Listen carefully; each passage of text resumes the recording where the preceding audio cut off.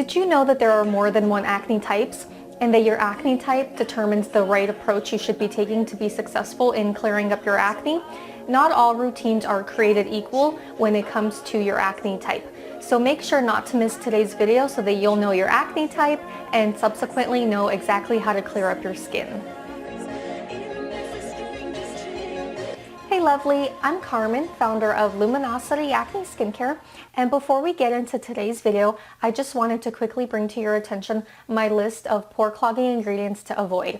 I have a free link down below for you to access, and this list is basically the only way to ensure that your makeup and skincare products that you're using are truly acne safe and that they're not going to continue to clog your pores and add on to your acne. So make sure that you click to download that list. Okay, so let's go ahead and get into today's topic. As an acne specialist, the most important determining factor when I'm selecting products for a new client is what is their acne type. From there, I'll look at severity, oil production, sensitivity, but the basis first and foremost is always acne type. So there are two main acne types. There's inflamed and non-inflamed. Now there is a third one, which is combination. And yes, combination acne is exactly what it sounds like, which is a combination of both inflamed and non-inflamed. However, the majority of people will always have a dominant acne type, which is either inflamed or non-inflamed. Before I explain these two main acne types in more depth, first it's important to understand what a microcomedone is. So a microcomedone is basically the beginning mass of dead skin cells and oil buildup inside of the pore. This is the beginning of all pimples. This microcomedone is super tiny, it's under the skin, and you can't see it with the naked eye until it starts to accumulate more dead skin cells, more oil, and possibly bacteria, and then it'll turn into a pimple. Once it's in the pimple stage, that's when you can pretty much see the aftermath of it. But before the pimple stage, it's just an invisible microcomedone deep within the pore. Okay, fun fact alert. Comedo actually comes from the Latin word meaning fat maggot. I know that sounds appetizing, right? So basically what happened is that back in the day, scientists thought that they were looking at maggots eating oil when they were looking at acne lesions. So that's where comedo or microcomedone comes from. Okay, so with these microcomedones, they basically grow in size by collecting more oil, more dead skin cells, and also some bacteria too. Now what happens is that as they're collecting more of these things, they can either go on the path of being non-inflamed or the path of being inflamed. And the path that they take is mostly predetermined based on your genetics. So some people are going to be more predisposed to the inflammation, whereas others won't. Let's discuss inflamed acne first because that is the type of acne that's going to be the most common that we see. So as mentioned, a pimple will start out just as a microcomedone, which only has that beginning mass of dead skin cells and oil.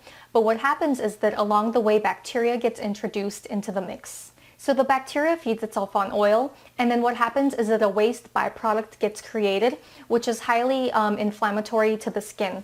So then that microcomedone no longer takes the path of being non-inflamed. Now it moves into the inflammatory territory. And unfortunately, the end result is going to be a red, painful, and pus-filled pimple. Now, I do go more in depth into the actual cause of acne in a previous video that I filmed, so make sure not to miss that link. I'll have it somewhere around here floating around my head for you guys to check out. Inflamed lesions also tend to hyperpigment the skin. In fact, professionally, we tend to refer to it as post-inflammatory hyperpigmentation, or PIH, and that's simply because the inflammation is what caused that hyperpigmented mark or that dark mark to occur. Inflamed acne consists of lesions known as papules, pustules, cysts, and nodules. So papules are small, pusless red bumps that many times are sore.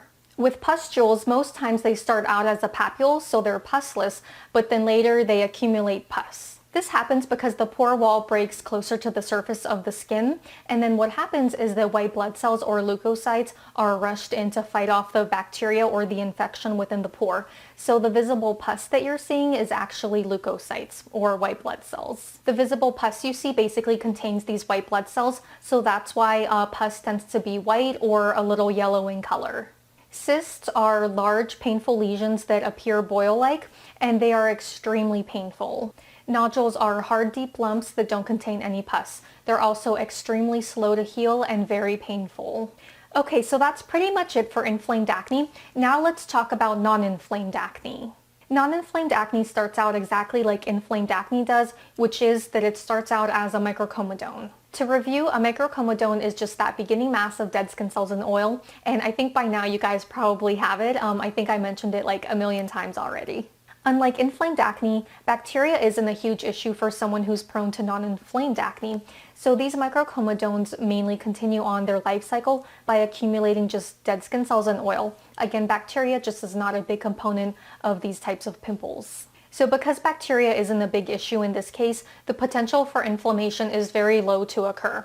Now, on a side note, if you were to improperly pick out a pimple that's non-inflamed, then you can certainly create a brand new inflamed pimple. So make sure that you do not pick at your skin. Now, non-inflamed pimples typically don't hyperpigment the skin. As I mentioned earlier, we call it post-inflammatory hyperpigmentation. So typically there has to be inflammation there in order for the skin to get discolored or hyperpigment. Non-inflamed acne is mainly made up of blackheads and closed comedones. Blackheads are the most common lesion when it comes to non-inflamed acne, and they're essentially made up of just dead skin cells and oil. So it's a huge misconception that the top of a blackhead is dark because of dirt. What you're actually seeing is oxidized oil and a little bit of melanin.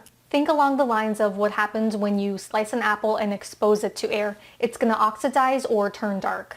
And the reason why this oxidation can occur with a blackhead is that the follicle with blackheads are open to the environment around us, so oxygen can reach that oil and darken it. Now, closed comedones are also a mix of dead skin cells and oil similar to blackheads, but the difference is that the follicle opening is blocked or closed, hence the word closed comedone. Because the follicle is closed, that means that oxygen from the environment around us, it can't oxidize the oil, so these closed comedones tend to stay white or flesh colored. Now, if there's anything positive to say about closed comedones, it would be that in most cases, because they are flesh colored, they tend to kind of blend in with your skin, whereas with inflamed acne, because it's red and pussy, it tends to stick out more and be more visible. So those are the two main acne types, inflamed and non-inflamed acne.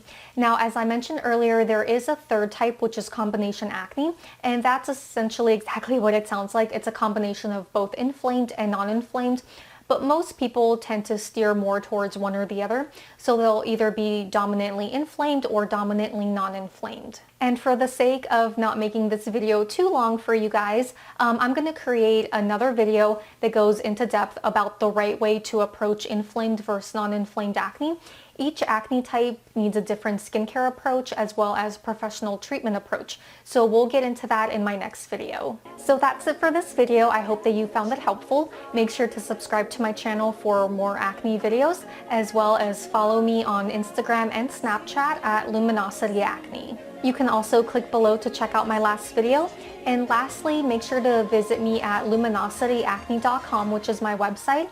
At my website, you can see my cystic acne kits, which ship worldwide, so they'll help you clear up your acne. And also at my website, you can download my free list of pore clogging ingredients to avoid, or you can just simply click the link in the description box below. Okay guys, that's it for this video. Thanks so much for watching, and I'll see you in my next one.